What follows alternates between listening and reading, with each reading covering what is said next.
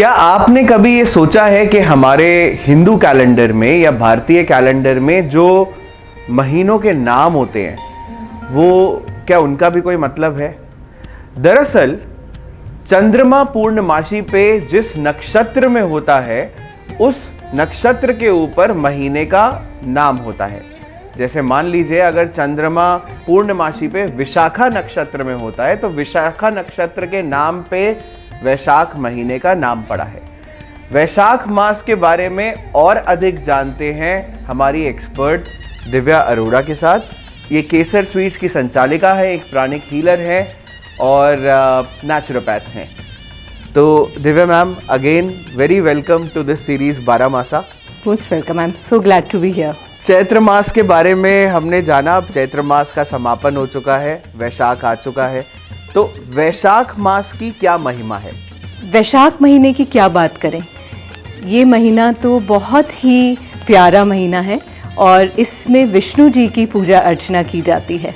अच्छा। हाँ, और इस महीने में दान की जितनी महिमा है वो शायद किसी भी महीने में नहीं है। अच्छा। हाँ, क्योंकि आप देखिए ग्रीष्म ऋतु चालू हो गई और फसलें कट चुकी हैं, तो घरों में अन्न का भरमार है। हाँ, नई फसल की आवक हो जाती है तो अन्न भंडार भरा हुआ होता है। बिल्कुल, बैसाखी गई। हाँ। तो इस महीने में हम जितना जल का दान करें, मटके का दान करें, जिससे कि गर्मी में जो पीड़ित हैं पशु पक्षी प्राणी, वो उनको राहत मिले, उसके लिए इस महीने में दान की बहुत महिमा है। इस महीने में हमारी जो पवित्र नदियां हैं उनमें स्नान की भी बहुत महिमा है।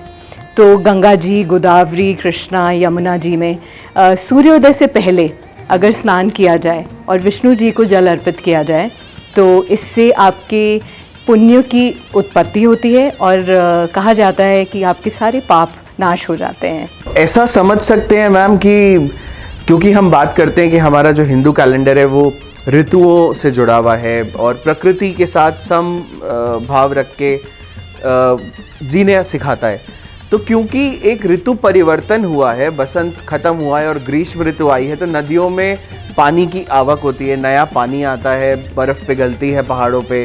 तो एक तरीके से साइकिल की बिगनिंग है, मतलब जन्म के बाद स्नान है। बिल्कुल बिल्कुल, जैसे हमने पिछले महीने में देखा कि जीवन चालू हुआ, तो अब शुरू होने के बाद जीवन जैसे ही उत्साहित होता है तो ये महीना उत्साह को भी प्रदर्शित करता है। अगर आप मूड देखें इस महीने का तो उल्लास है, एंजॉयमेंट है और बहुत सारी खुशियाँ लेके ये महीना आता है, क्योंकि जब भी फसलें कटती हैं तो एक तरीके से हमारी फसलों को कनक कहा जाता है, गोल्ड है। हाँ। तो ये स्वर्णिम महीना भी है।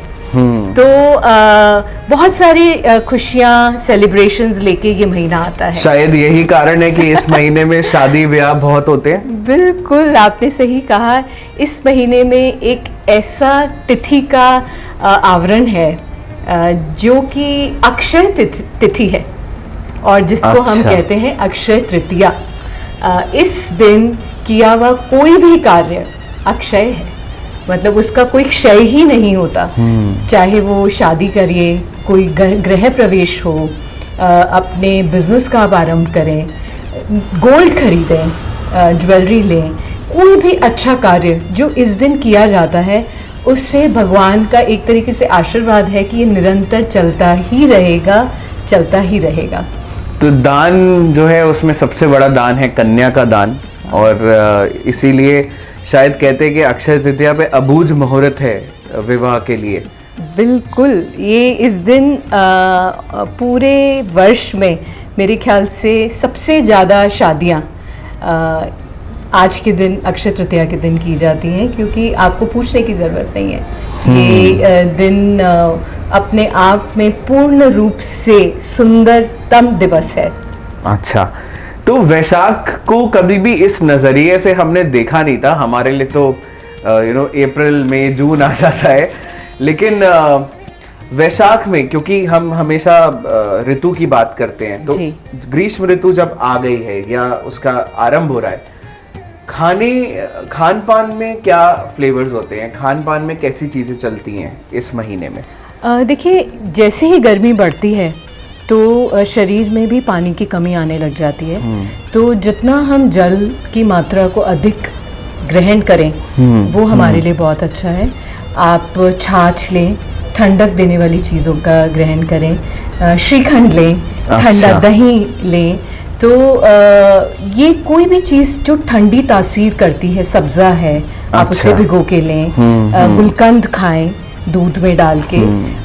सौंफ का पानी शरबत बना के आप ले सकते हैं। बील का फल आता है इस समय। बील का फल आता है। तो बहुत सारी चीज़ें नेचर ही ऐसी है जो प्रोड्यूस करती है, जिसको आप अपने रोज के जीवन में थोड़ा थोड़ा मात्रा में आप इंक्रीज करेंगे तो ग्रीष्म की जो तपिश है वो आपके शरीर में भी कम रहेगी। अभी तो ये शुरुआत है। ग्रीष्म बिल्कुल जब एकदम सूर्य तड़के में आएगा तो वो अगले महीने में आएगा। So but you can start incorporating cooler things in your diet. और स्पेशली रात को भी अगर आप थोड़ा सा दूध में गुलकंद डाल के लें तो आपके शरीर में बहुत ठंडक देगा। पेठा जो हम कहते हैं, काशी फल जिसे कहा जाता है, बट ऐशगार्ड जो जिससे हम पेठे की मिठाई बनाते हैं, उसका आप जूस अगर मॉर्निंग में खाली पेट पिए तो ये आपकी बॉडी को अल्कलाइन करता है, क्योंकि अभी इस समय जठराग्नि बहुत प्रज्वलित होती है। There is a fire inside our belly which is very strong. तो उसको ठंडा करने के लिए आप ऐशगार्ड का जूस पी सकते हैं। तो आपने क्योंकि मिठाई की बात करी तो मैं इंतजार ही कर रहा था, क्योंकि जब से मिठाई में पेठे को देख रहा हूँ ना, इस समय खाने का मन कर रहा है। शादी ब्याह का माहौल भी होता है, ग्रीष्म ऋतु भी होती है। सो मिठाइयों की अगर हम बात करें तो केसर के पास क्या ऑफरिंग है मिठाइयों को लेके? हाँ, तो ये महीना हमने लड्डुओं को डेडिकेट करा है। बिकॉज शादी के घर में या शादी का जो माहौल होता है वो बिना लड्डू के तो बिल्कुल इनकम्प्लीट होता है। गणेश जी की स्थापना हुई होती है घर में, शादी के घर में, और उनको तो बिना मोदक के काम चलता ही नहीं है। तो आप देखेंगे कि हमने अलग अलग तरीके के हमारे ट्रेडिशनल जो लड्डू हैं उनको प्रेजेंट किया है यहाँ पे। हमारे पास बारीक बूंदी का कानपुरी लड्डू है, मोटी बूंदी का चौगनी लड्डू है। देन वी हैव, चौगनी क्यों कहते हैं इसे?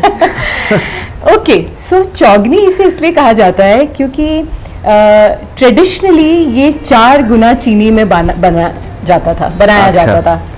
तो इसके अंदर इतनी चीनी इसलिए डाली जाती थी ताकि इसकी लाइफ इंक्रीज हो सके। आप देखिए, पहले शादी के घरों में लोग दूर दूर से आते थे।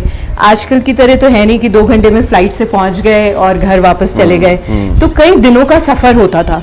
तो ऐसी मिठाइयाँ दी जाती थी जब गेस्ट वापस जा रहे थे, और ऐसी सेवरीज दी जाती थी या नमकीन दिए जाते थे जो कि लंबे समय तक चल सके, क्योंकि रास्ते में कहाँ कोई रोटी बनाएगा और सब्जी का कोई व्यवस्था कोई जैसे। शायद इसीलिए भाजी जो बटती है शादियों में, हाँ, वो यही कारण था उसका। बिल्कुल, जैसे आप नॉर्थ में जाएं तो इसको भाजी बोला जाता है, ईस्ट की तरफ थोड़ा जाएं तो उसे चोलिया बोला जाता है।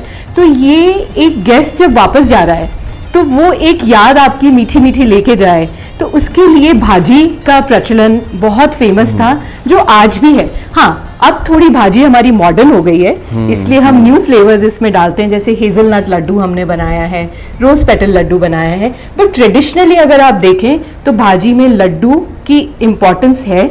शक्कर पारे जो हमेशा लंबे चलते हैं, गुड़ पारे, भुजिया मोटी, नमकीन, माठी, ये सब चीजें ऐसी हैं जिनके बिना भाजी इनकम्प्लीट है। ध्यान रखा गया, मीठा भी है, तीखा भी है, नमकीन भी है, रास्ते में सफर के लिए जो चीजें सफर में खराब ना हो। बिल्कुल बिल्कुल। और केसर क्योंकि जाना जाता है कुछ नया क्रिएट करने के लिए, तो दिव्या मैम, वैशाख मास की मिठाई हमारे व्यूअर्स को बता देते हैं कि वो क्या है। चलिए, मैं आपको एक कहानी सुनाती हूँ और उस कहानी के ज़रिए हम अपनी मिठाई को रिवील करेंगे।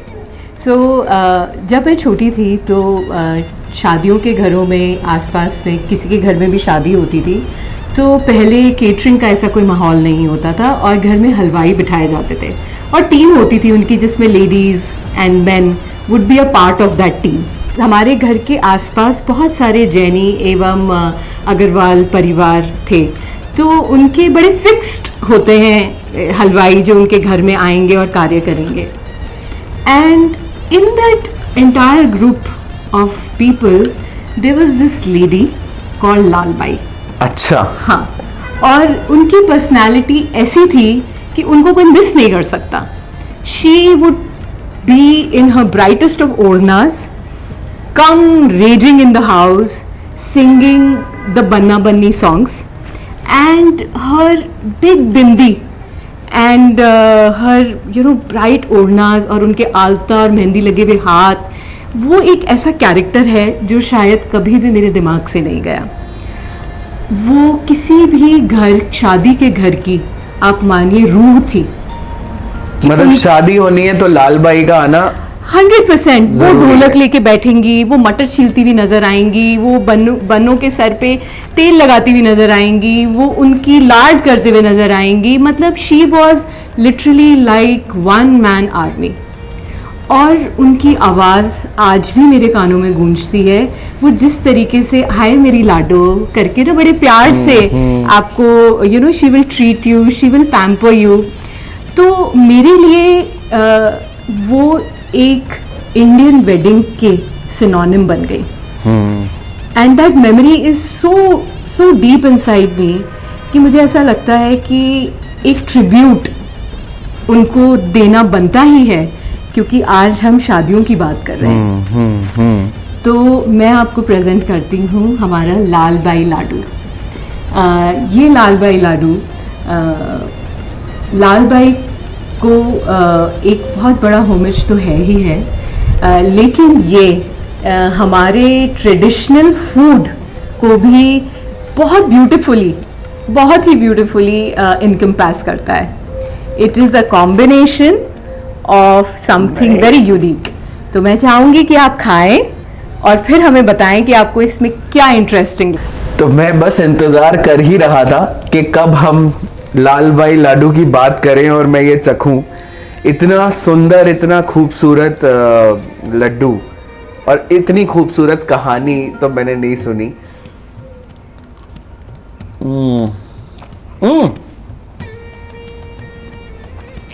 इसमें सेव है. Okay, so you have discovered. इसमें सेव है. तो हम भाजी की बात कर रहे हैं भाई, हम मीठे की और नमकीन की बात कर रहे हैं. हमारी लाल बाई लाडू भी बिल्कुल एकदम तेज तर्रार मीठी सी कैरेक्टर थी. तो how can a laddoo not be that. Thank you Divya ma'am, इतना सारा बताने के लिए. वैशाख मास के बारे में बहुत सारी चीज़ें मुझे खुद ही नहीं पता थी, और सबसे ज़्यादा इम्पॉर्टेंट लाल बाई को इंट्रोड्यूस कराने के लिए. अब कहीं भी आपके घर में कभी शादी हो ना, उस लाल बाई को पहचानने की कोशिश ज़रूर करिए. I am sure Lal by आपको दुगना प्यार देगी. मिलते हैं अगले एपिसोड में. ज्येष्ठ मास के बारे में बात करेंगे. बने रहिए हमारी सीरीज में 12 मासा. नमस्कार.